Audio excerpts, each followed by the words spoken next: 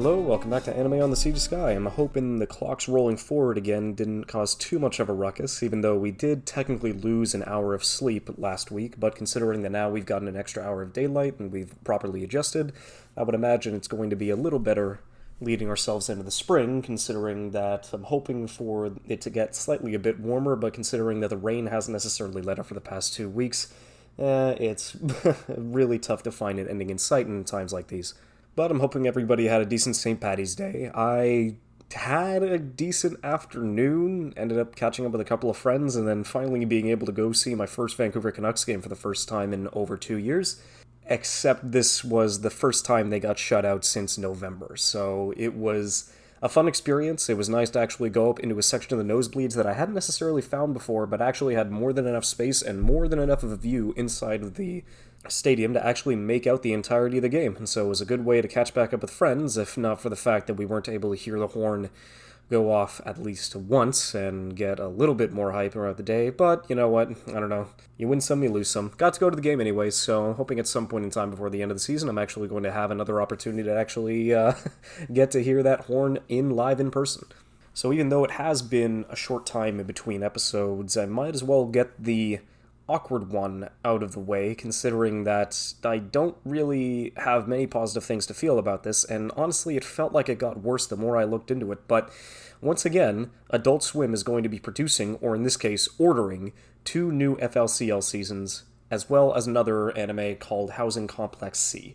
Now, oh boy, well, I've already just exposited how I feel about both Fooly Cooly Progressive and Alternative to the nth degree, and how I legitimately hate both of them. If anything, Alternative is slightly better than Progressive, but it is honestly one of my least favorite viewing experiences of any anime that I have ever watched.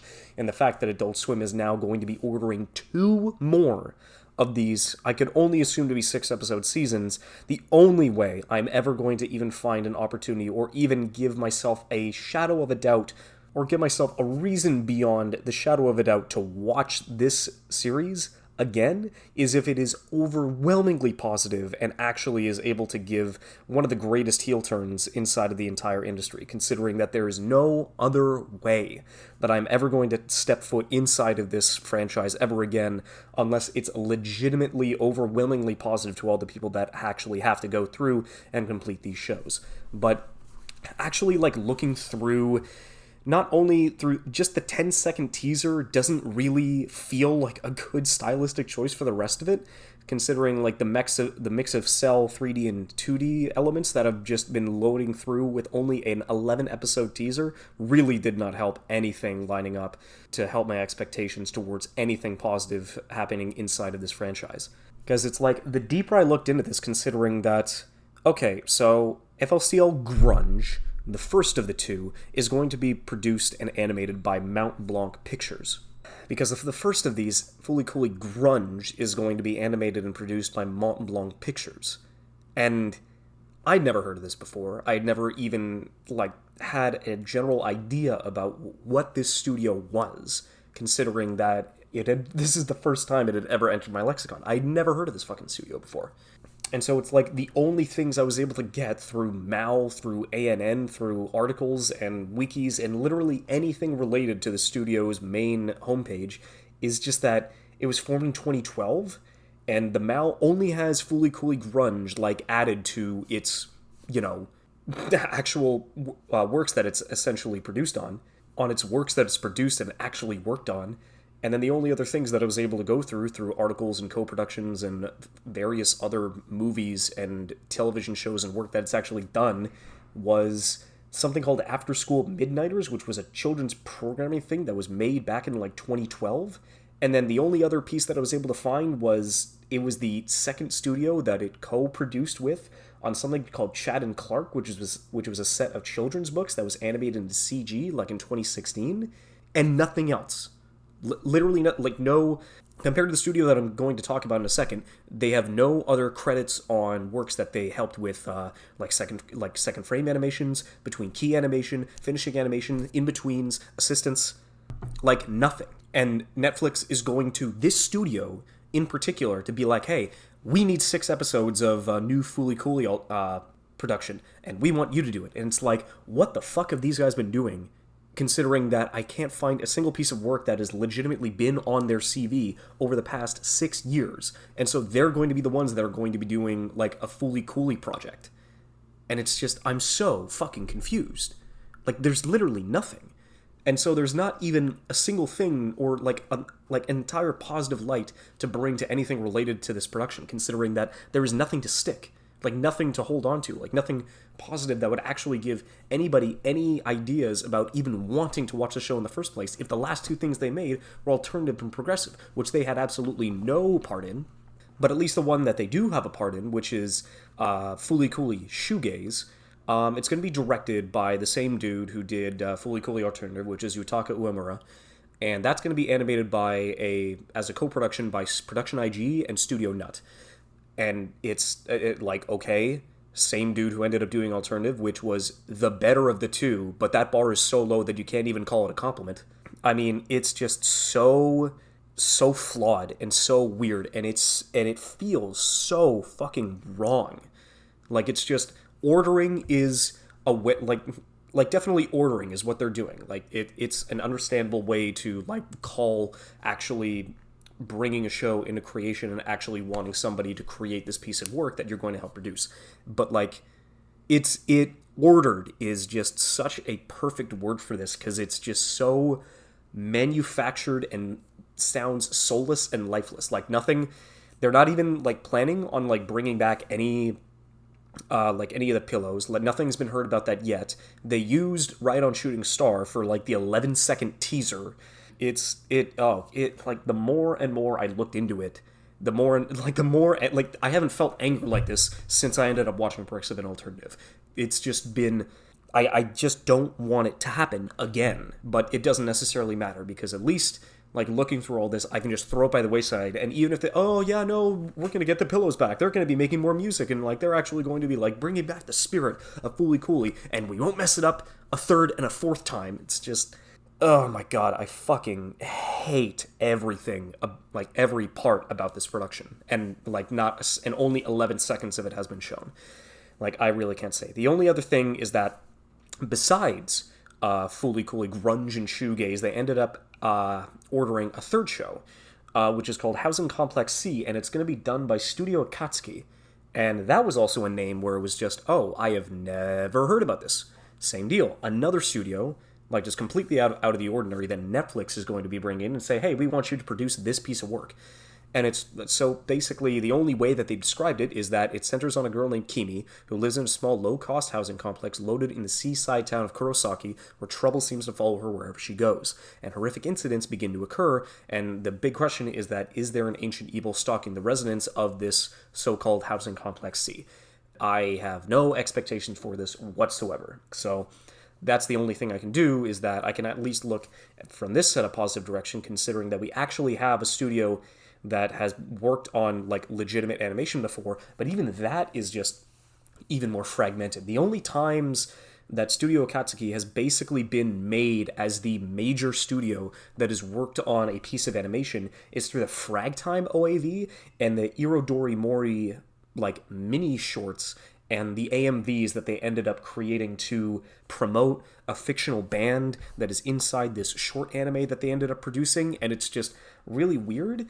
And it kind of makes them feel like a shell company in a way, considering that they've been on the production committee for more shows than they actually been animated and credited for by comparison. So they're on the production committee for Hinamatsuri, which is actually a good and, like, heartfelt comedy series, which I do recommend you going to watch, done by Studio Feel. But by comparison, at least instead of Mont Blanc Pictures having absolutely, like, little to no experience by comparison, since it only looks like they've worked on 3 other projects besides Fooly Cooly, but at least since Studio Akatsuki's founding back in 2016, they've actually done over 100 different pieces of work and shows to add to their resume, considering that they've done second key animation, in-betweens, finishing animation, assistance. They've been heavily credited, like as the major secondary studio, like helping out on the majority of the production for shows like Dyna-Zenon,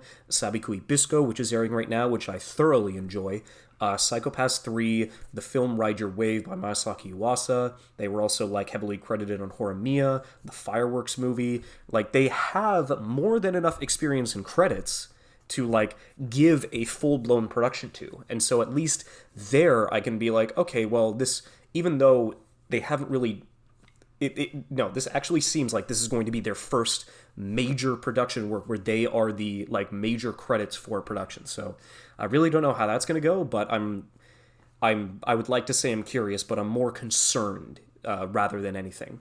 And so it's just really, really, really weird that everything related around these three shows that are getting ordered is just like making me feel like worse and worse about the anime industry as it goes along, with more holes and more divots and more shells. It just does not help anybody, like anywhere, for all this. It only helps Netflix in this case, considering that they can just poke into whatever like freelance or second piece animation studio that they would want to choose and be like, hey, we know that anime is becoming popular and it's now almost close to be hitting the mainstream, and we want you to animate something for us. Which on paper sounds amazing, but considering that with how noted and mainstream that this medium is getting, the problem is that there is an increasing demand for these kinds of shows, and there aren't enough studios or people in the workforce in the animation industry to legitimately go and actually make these things to the best of their ability. And I'm still holding on to that crack theory where it's basically like there is going to be a major bubble pop at some point in the 2020s where it's just the demand is just going to so outweigh the supply of animators and studios and workers to actually make these things a reality that just Japan in general is going to like major or fall under some major cataclysmic event that is just going to thoroughly degrade their entire relationship with the animation medium as a whole. So I don't know, it's weird. It's just really weird and really concerning. But at least for a couple of other shows, I guess there's a little bit more of a positive spin to at least a different piece of the medium, which is definitely going through manga and its distribution into European and other Western-like sets, considering that Chainsaw Man, Jujutsu Kaisen, and Demon Slayer are all ranking on the top charts inside the New York Times March bestseller list. And so it's really nice to see that Chainsaw Man is like really getting up there, considering that it's still not really building up the hype train. I still like remember how massive of a reception that trailer ended up getting, like way back at some point last year. I think it was like either September or October of last year. Maybe they're still slating the Chainsaw Man adaptation by MAPPA for some point this year in 2022. But at this point in time, the most that I can say is like, look, I want to give this studio and its people the most amount of time. So it's like, hey, if you're going to announce this for 2022, you either release this for the fall season and you begin its airing in October, or you pull what Attack on Titan Season 4 did back in December, where it's like, hey, technically it's going to start airing inside of the fall season, but we can wait to get it released like all the way up until December. And so I'm hoping they can give them more than enough time to actually like make this adaptation flourish, considering that I can see it being like so damn popular and just a massive hit compared to like how the adaptation's going to go. And I have nothing but like hopes and praise for all the people that are essentially making this adaptation happen. But then not in terms of Jujutsu Kaisen's manga, but for the film, JJK Zero. I actually had the opportunity to go back and see this over the weekend, and I'm at the very end of the day, I think it's good. I definitely believe it's a recommendation, and if you enjoy Jujutsu Kaisen, then I definitely recommend you going to see the movie. Technically, considering that it is a prequel to the actual manga that's currently running in Shonen Jump, I would still say you can go into this blind, but you'll have like all the nods and the like minute moments, because you technically don't need to. It does more than enough to explain the power system and like why everybody else like does the things that they do and what cursed energy manifests and how it interacts with the world. But I will admit that because of me seeing like the first 24 episodes of the anime, the small moments that do end up happening inside of this film hit that much harder when you actually realize what essentially happened in front of your eyes, considering that whenever the action goes and it lands with a distinct impact, that impact is that much greater knowing why it's important and why that is as powerful as it is. And to be honest, it's doing really well, considering that it is set to debut at number 2 in the US for its opening weekend, only behind the Robert Pattinson adaptation of The Batman. That's kind of insane, as it's like not necessarily reaching as close, but it's still doing very well considering that it is anime film, but it's still having that extra like notoriety and like reach considering that it is a shonen anime adaptation. So that definitely goes through, considering that at least on its first full day in the US on Friday, it was able to rake in 8.68 million, and it had a distribution of 2,340 theaters. That's nuts. And it's expecting to like almost break the 20 million barrier by the end of the weekend for its opening stay.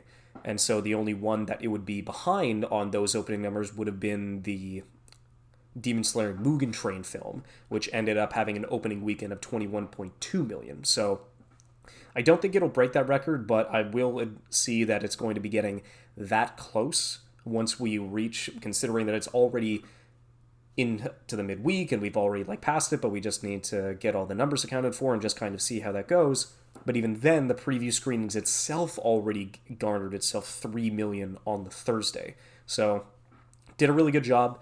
I would definitely recommend going to see it, considering that it is definitely worth it, even though shonen fare isn't like your thing. If you have any interest inside of the medium or the franchise of JJK as a whole, then it gets an overwhelming recommendation from me, considering at the very least you are going to have an entertaining time.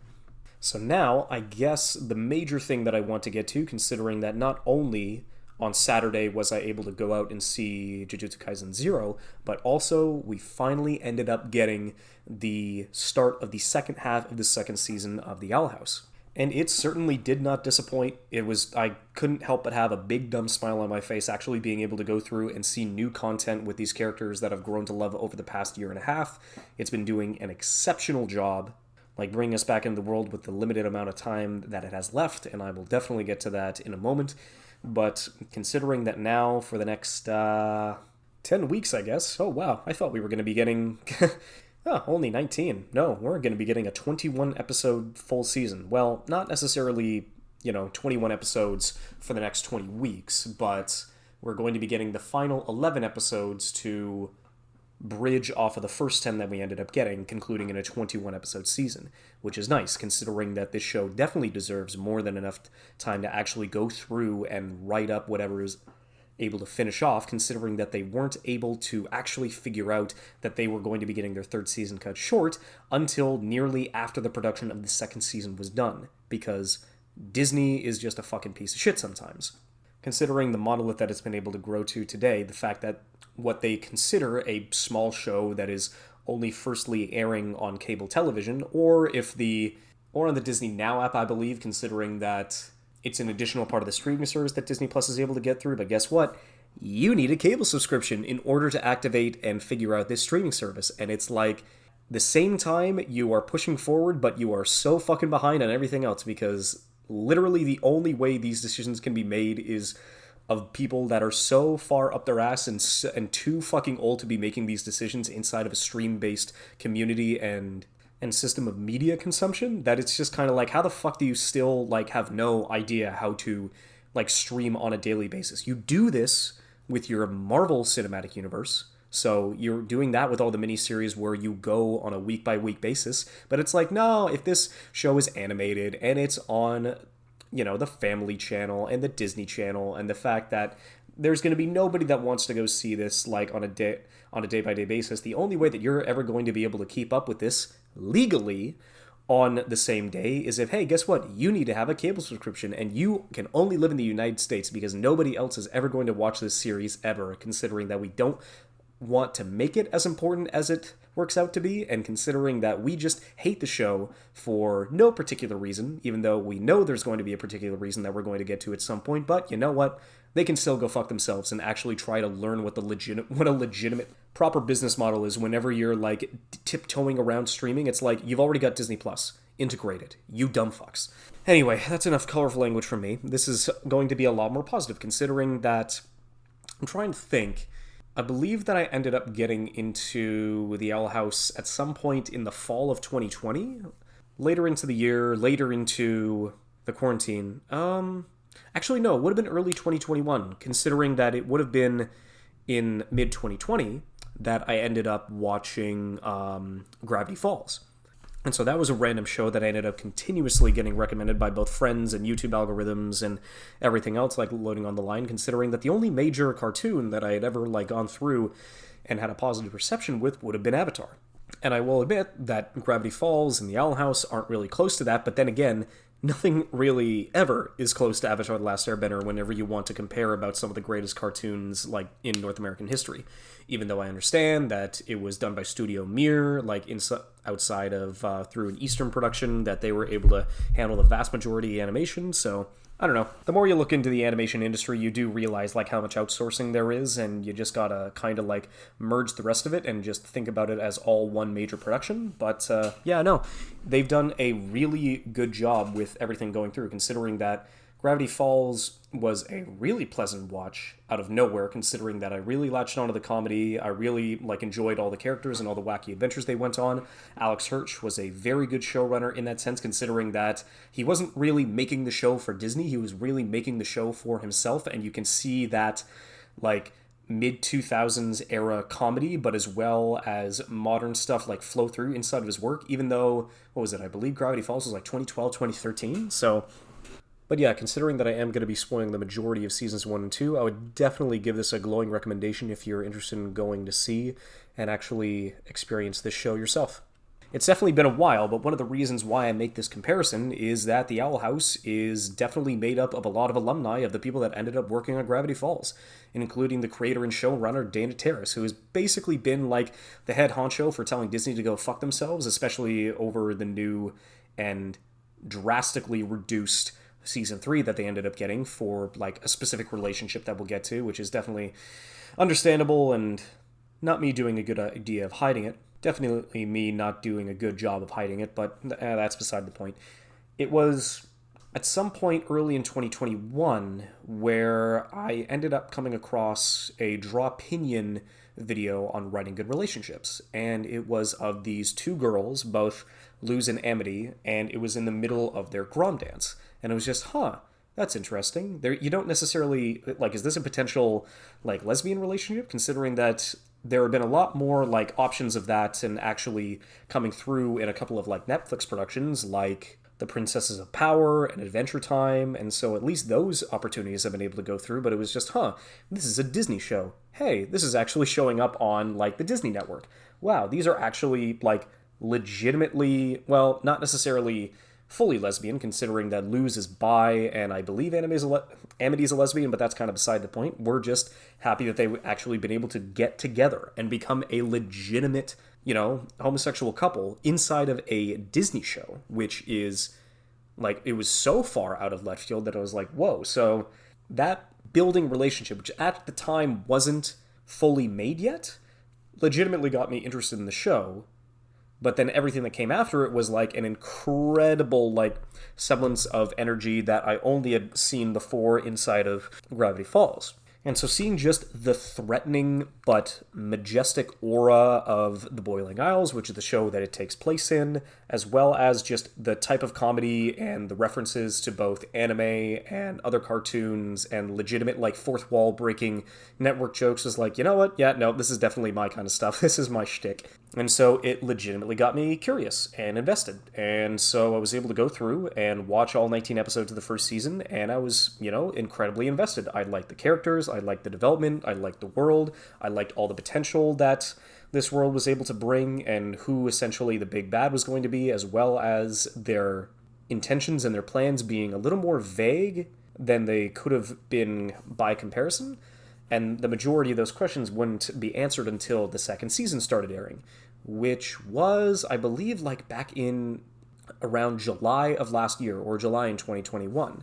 And so I was actually finally able to go through and watch those episodes week by week, which was awesome, except for the fact that it wasn't on Disney Plus initially, and then on top of that fact, the only way that you're able to watch the second season, even now, Canada is only given the first season, at least on their streaming service, and the only way that you can watch the other 10 episodes on Disney Plus is if you have a computer and you watch it inside of the States, or through a VPN, to each your own.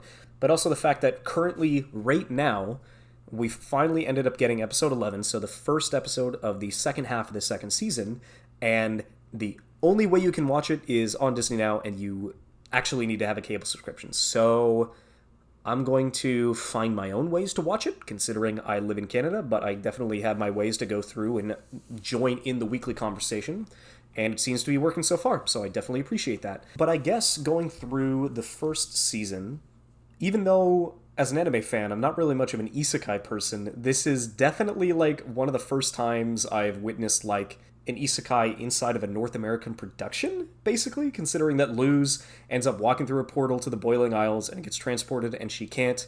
Well, no, it's not that she can't find her way back, it's just that she uses the excuse considering that she was a huge troublemaker back in the human... Well, just call it the human realm, like, on Earth. So back in the human realm, she ends up getting into a lot of trouble, like, she's very flamboyant and pragmatic, and she just has a lot of energy and a lot of creativity, but nobody really likes to take her seriously, especially her who appears to be single mom who just wants to send her to a camp to kind of like get her bearings done and kind of like lose that creativity, where it was like, I think it was like camp inside the box or something along those lines. But she ends up like losing her way, and then it's like, okay, I'll just go to this portal, but I'll just message my mom and say, hey, no, this camp is really fun, and so I'm going to be... It gives her an excuse to like stay inside of this world for an extended period of time, and so she actually has the opportunity to go through and like live through all these, harrowing experiences with demons and magic and like other, not really humans, but just witches who actually have a very, very similar anatomical structure to regular people, because that's exactly what they look like. It's just that they have this weird magical organ, or this sac, inside their bodies that allows them to produce magic. And so Luz ends up going through and befriending a couple of extra outcasts, and she ends up not only going to school, but living at this place called the Owl House, the titular place, where it's protected by an owl demon named Hooty, as well as being occupied by possibly, well, by comparison, I will admit that Ida, who is the Owl Lady, would have probably been like one of the most powerful witches on the Boiling Isles until she ends up losing her magic. So I'm really curious to see how that goes. So she ends up having a curse that Luz has to deal with time to time, as well as dealing with this very tiny, furry, adorable demon named King, who is also voiced by Alex Hirsch, while they work around and deal with Hooty, who, like I said before, is the Guardian of the Owl House, who is also voiced by Alex Hirsch, who was previously the showrunner for Gravity Falls, and he was the major voice of Bill Cipher, who is the main antagonist back in the Falls. But yeah, it was... Watching the first season was a little awkward, considering that there were way too many episodic, just one-off things that didn't really advance much of the plot or many of the relationships with the characters. So it was kind of like a lot of on and off stuff inside of that first season, but by the time the second season rolled around and all of these things started going through, even though apparently we know that they didn't realize that they got their third season shortened until way deep into the production of Season 2, Season 2 kind of felt like it knew more about what it wanted to do, considering that not a single episode is wasted. We get introduced to new characters, the plot continuously gets moved forward, we get to know more about the world and the history and why essentially Belos is doing the things that he's doing. Well, not the entire reason, but considering that we actually know what his end goal is, and that's to use the old book, the old portal that Luz ended up falling her way into the Boiling Isles. He wants to reverse engineer it so he can travel to the human realm.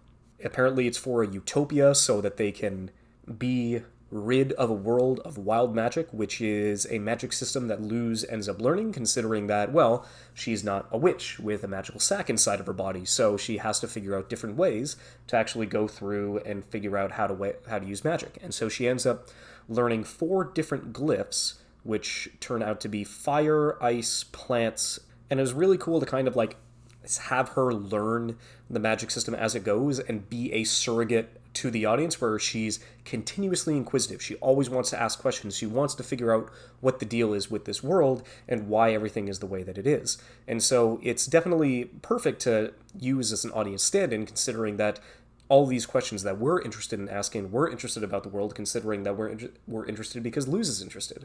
And so is everybody else trying to figure out what the grandeur of all these plans that are working around the background end up going to be coming towards the end of the series. And so it was just really, really cool.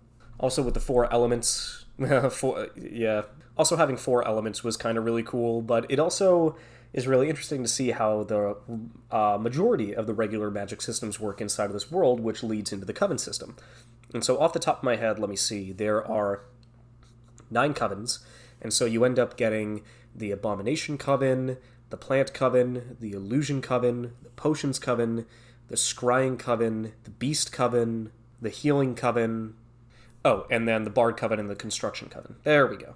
And so, honestly, having, more than enough pieces of magic and systems for her to actually go through and try and learn was actually cool and gives, more than enough of a diverse system for a lot of different things to be able to go through. And even though the covens are held by the coven leaders, or the Emperor's Coven, who is allowed to use every kind of magic, and every other coven's students are only forced to use that one coven. It's just which is weird, considering that as I was going into electrical engineering, you were allowed to go into 9 different sub-disciplines. But that was the thing, you're only allowed to pick one sub-discipline and not go through the rest.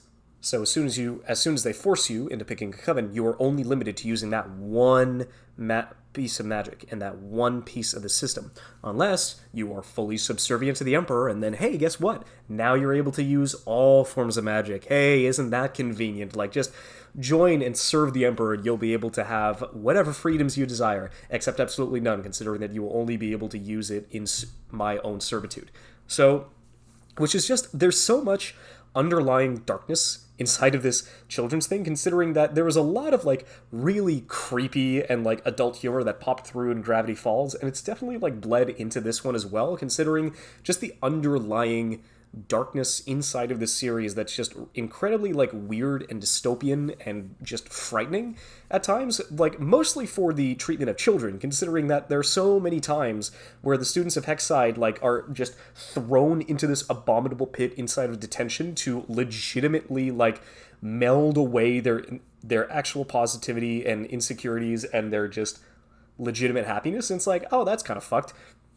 On top of the fact that on more than one multiple occasion, which almost happens throughout the entirety of the second season, just kind of they really don't care about the children, considering that on more than one occasion, just the Emperor's Coven tries to kill them, and even Amity's mom permits execution of these children, trying to just get them out of her sight. So it's just okay, you guys have tried to kill kids more than a handful of times, and it's what is even going on? This is a children's show. I mean, technically. But yeah, no, it was just really, really concerning just to kind of see the nonchalance about how potential death works in this world. And I don't know, the one of the only negative points is that you can definitely see even though Luz's friends, Willow and Gus, have essentially been going through and been pushed to the sideline, where basically the only major characters that the show kind of pushes forward is okay, so you've got Luz, Amity, Ida, Hooty, and King, Hunter, and Emperor Bellows. And that's it. Everybody, they've got this wide cast, but they really aren't giving as much time to the rest of it, which also sucks, considering that you can totally understand, in the sense that they don't have enough time, so they've got to push the story in as quick of a manner as possible to try and cover every base that they have to go through. And even, listening to when Dana Terrace ended up doing, a charity stream about a week and a half ago, where it's just kind of yeah, once we ended up going through, it's okay, well, we have all these threads inside of the story that we still want to tell, but what threads are we going to have to go and continue down? What threads are we going to have to drop? It's just, it's really putting your nose to the grindstone in the worst way possible, where it's just the company pulling the rug from under you. It's okay, so you're going to be getting 3 45-minute episodes. So by comparison, instead of getting a 20-episode third and final season, you're going to get 6. That's A, fucking bullshit, and then B, that's putting your writing skills inside of the writer's room on overdrive, considering that it's like, okay, so we did introduce all this stuff, but in order to finish and have a satisfying conclusion and ending to the story, what are we going to have to prioritize and what are we going to have to cut? So it's just so disappointing in that regard. But then, yeah, considering that there hasn't been any official statement, besides the fact that the only major, reason that Disney said that they were going to drop the Owl House's major episode count is that Owl House didn't fit the Disney brand, which is, I can kind of see that, considering that, the demonic realm of the Boiling Isles is definitely a little more out there, but, there's no major inciting violence throughout to legitimately go through. But then on top of the fact, it's you couldn't make your statement of why you would legitimately inhibit and cut more than a season's content off of a show, where it's oh, it just didn't fit our brand. You could not be more vague and passive and bullshit, inside of your, reasoning and the answer to it. It's unfucking believable. You old crotchety fucks are legitimately going to shorten it because the only major thing that anybody can point to is that, hey, we're going to give, the Disney Channel's first major canonical, lesbian pairing.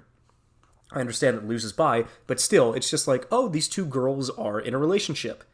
Ain't that cool? It's no, it's bad because we're going to lose a major part of our conservative audience if this one show in our catalog goes through our net and we can't control it and we can't make you do what we want you to do and they just can't be good friends, or in one of the more hilarious dub translations, Out in the East, we can't make them go traveling together. It's just y'all are just fucking mental. Seriously, expand your demographic and expand your dynamic. You know that we understand that the demographic is between ages 7 and 11 for the Disney Channel, but the fact that you are legitimately going to inhibit one of your own products that has one of the highest pieces of viewership outside of your age demographic, and you're just going to cut it because we can't have anything lesbian or homosexual because we don't want the conservative parents to essentially turn off the one show. Could you imagine how fragile your egos are to be so scared that if you had one piece of programming in one of the, no, if not one of the largest media conglomerates in the world, but if we have one lesbian pairing inside of any of our programs, the major conservative Christian demographic is never going to watch another Disney product ever again. You are off your fucking rocker. You are off your fucking head. Get the fuck out of bed, you dumb cunts. Unbelievable. So yeah, let's talk about Limity. I did admit that was one of the major things I was curious about, considering that it was wait, so we understand what Disney's motives are, but why would they let it go through in the first place? Considering that it wasn't necessarily an official thing that happened until the second season, the fact that the hints were being dropped rapidly towards the second half of the first season, and the fact that Amity's major fear inside of Grom Night, her worst nightmare, was that she was going to ask Luz out and she was going to get rejected. And it's that's interesting. On top of the fact whoever ended up doing the key animation for I believe it was a 30-second dance for the end of Grom Night was one of the best pieces of animation inside of the entire first season. That was an incredible achievement, for one, and then two was a fantastic sequence, actually showing them growing closer. And even though Luz doesn't know that Amity wants to ask her out, we know that she has legitimate feelings for Luz, and those are going to come to the surface eventually. And actually seeing it happen on currently the best episode of the series so far, inside of Knock Knock Knocking on Hootie's Door, that was definitely one of the better ones, considering everybody else going before, it was what people were expecting, a filler episode with Hootie at the helm, and we like Hootie in small doses, but we can't deal with Hootie throughout the entirety of an episode. That would be a little too much camp. except it's like, no, we are going to potentially figure out what King is, and King's going to get a new power. We're going to magically drug Ida so she finally gets some rest after pulling 2 all-nighters, and she's going to finally be able to go and confront and accept the Owl's curse that has been giving her more than enough trouble and has completely sapped her magic over the course of the season. And then we're finally going to be able to go through and get not really a date, but more like a event that pushes Luz and Amity towards confession. And they both accept. And they end up going out by the end of the episode, and they're both, in Hooty's own words, they're adorable and they deserve all the happiness. And kind of like seeing that relationship like bloom over the beginning of the second season, considering that it was mostly just one-sided. Like, Luz is a happy and charming person. She wants to help every one of her friends out when she has the opportunity, because not only is she inquisitive, she is very forward, and she's going to help you whether you like it or not. But at least leading into that, everybody was really curious to see how Luz would react to Amity's like affection, and as they were getting closer. And actually seeing episode 2, I believe, where she has to go through and like help Amity's mom, considering that they end up getting them not executed but expelled, getting out of it. Also, I absolutely love the fact that Principal Bump is like literally in tears because the 3 biggest troublemakers inside of his school ended up getting kicked out, and it's just kind of, and he just drops down to the floor in tears, where it's like, oh my god, it's not the same without them around. It's just so boring. It was one of the better ones at the moment. But then not only seeing that is just that once Amity goes through and stands up to her mom and legitimately is able to find a reason to bring Willow, Gus, and Luz back in the Hexside, the fact that not only does Amity proudly declares that the slimes need to get away from her Luz, and Luz like basically breaks down into an embarrassed mess, and she blushes. And that was the thing. We got more than enough blushes from Amity inside of the first season, considering that we only perceived it as one way. And the first thing that I said after we ended up seeing both Luz and Amity blushing back and forth basically just came down to 2 words. It's mutual. And everybody started losing their minds. And that's definitely one of the better things about this, considering that, especially when it comes to anime, actually watching it week by week and staying up with the conversation and seeing the reactions and how everybody else is going through and just absorbing the episodes that come by week, that's definitely one of the ones that I really enjoy. I understand why the binge metric exists for Netflix, but like, I guess I've gotten used to it, especially after watching anime for almost 11 years at this point. It's just gotten to the point where, yeah, no, I really enjoy the week by week, because not only are you able to go through and look forward to something, it actually continuously keeps the conversation going for a much longer period of time. Considering I could only imagine that, especially with, like, say, an episode or a series drops 10 episodes inside of a week. That conversation goes for about a week or 2, and then people, like, start going through, but you probably only get about, like, at max a month conversation out of that.